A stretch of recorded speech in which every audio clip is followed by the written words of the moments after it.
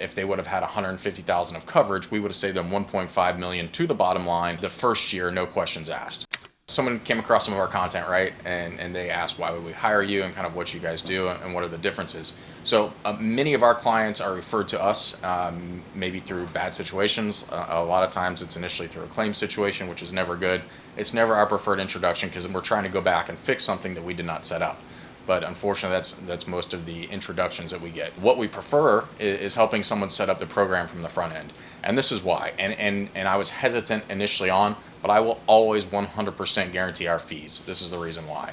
I'm thinking about a client just this year, and if they would have had 150,000 of coverage, we would have saved them 1.5 million to the bottom line the first year, no questions asked. There were 2 coverages that they did not buy that they didn't even know about, right? And there's a question regarding outsourcing, right? So it depends on the size of your firm, size of your company. If you've come to our content, you know we do a lot in the multifamily sector, aviation, high net worth, and lending, right?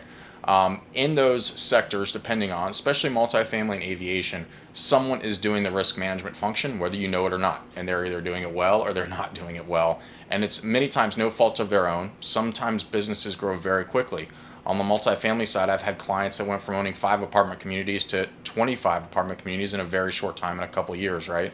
So in that example, the CEO is initially going to handle it as they're building. They're going to hire a CFO, typical evolution. The CFO takes on the risk management role. The reality is at that point, the CFO's, in every single circumstance I've seen, the CFO is underwater. He needs help. And this is a function that they're just getting by with. They're relying, quite a bit on the broker, which is okay.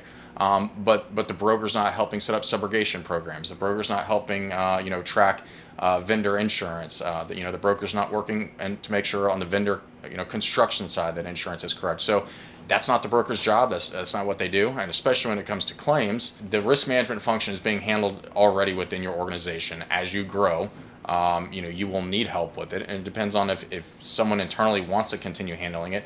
And then if you look at a much larger scale, businesses have a risk manager, right?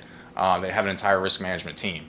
So a lot of the large real estate groups that we work with, they do have a risk manager, and we even do some specific projects for the risk manager for them that they don't want to handle internally, or it's easier for them to hire us for on an a la carte basis. If you have any questions on the initial outsourcing of your program, if it's something you're new to, visit us at spartanriskmanagement.com. There's a link where you can book a consultation within that time frame, and I welcome these consultations because we can see if there's a good fit, and really if your organization's at that point. Most organizations are, but I'll be very upfront with you if it is or isn't, and I guarantee you'll get something out of that conversation.